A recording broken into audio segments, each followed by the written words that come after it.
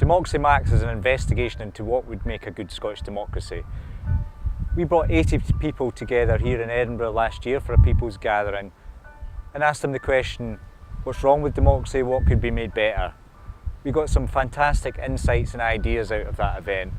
We then took them to a series of roundtables made up of academics, experts, activists, writers, practitioners and campaigners, and tested them even further and developed them further, and then took them back to further public meetings to test them in a public discussion. Now we have a series of reports that we brought together in one book that are suggestions about how we return legitimacy to representative democracy.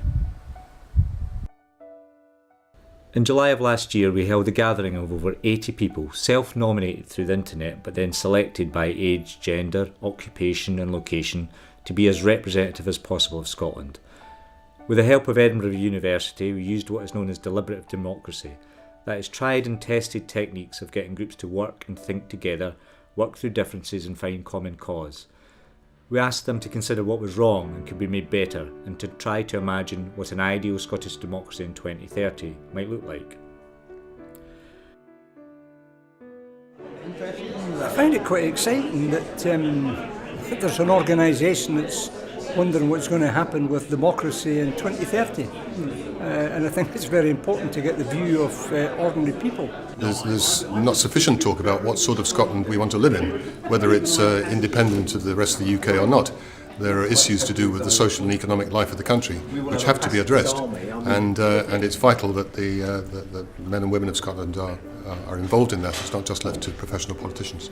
There was a real kind of feeling of party politics polarises us too much.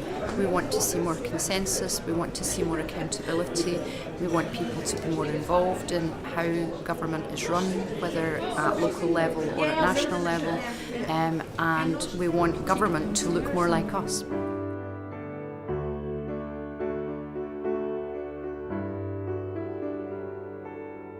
The People's Gathering helped us group together the problems and solutions that came out of that highly intensive day-long conversation. We emerged with 3 themes. The first theme was about engaging and involving people in decision making, and we called that sovereignty of the people.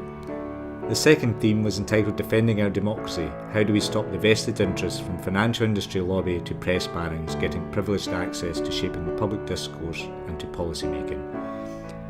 And the third and final theme was writing the rules. How do we bring all this together in the checks and balances we need?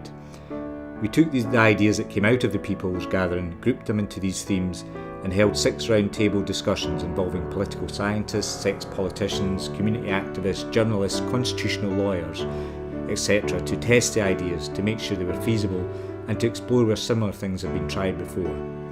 The ideas for change that emerged from these discussions were again tested in public meetings using more techniques of deliberative democracy.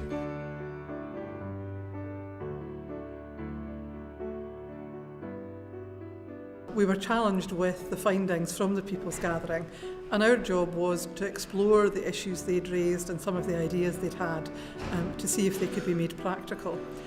The sense I've had over the 2 sessions is that everybody who's been involved has found it a really stimulating experience. It's brought together a diverse group of people, all of whom have some real interest or expertise or specialism, who have welcomed the opportunity to have the space that this has created, to have 3 or 4 hours where we could really discuss the items that matter. We want a Scotland that really practices what we preach we believe about democratic values, about sovereignty of the people, people power and engaging communities, and giving individuals and communities power over their own lives.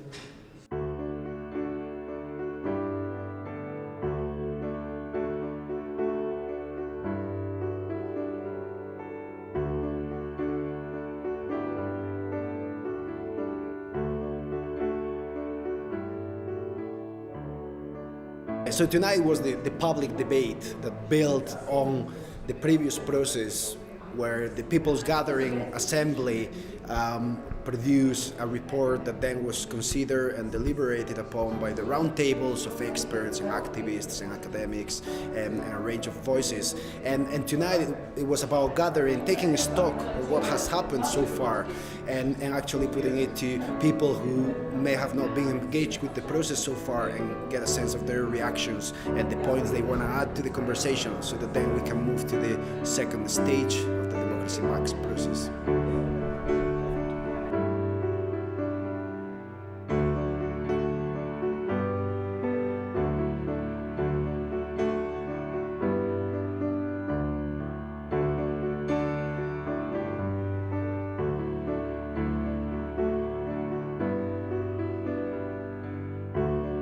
One of the best features of Democracy Max has been that we set out to look way into the future. We asked people, what is the good Scottish democracy that you want to see in 2030?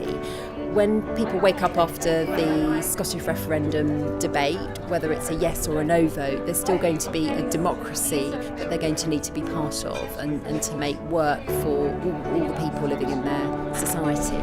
So I think what matters now is gathering together some of the kind of practical ideas, some of the quite small local level ideas and making them happen. What's been fantastic is having people come out of the woodwork who wouldn't always come together and take the time to look over the horizon and think about the democracy that they want to create, and that's been one of the best features about Democracy Max.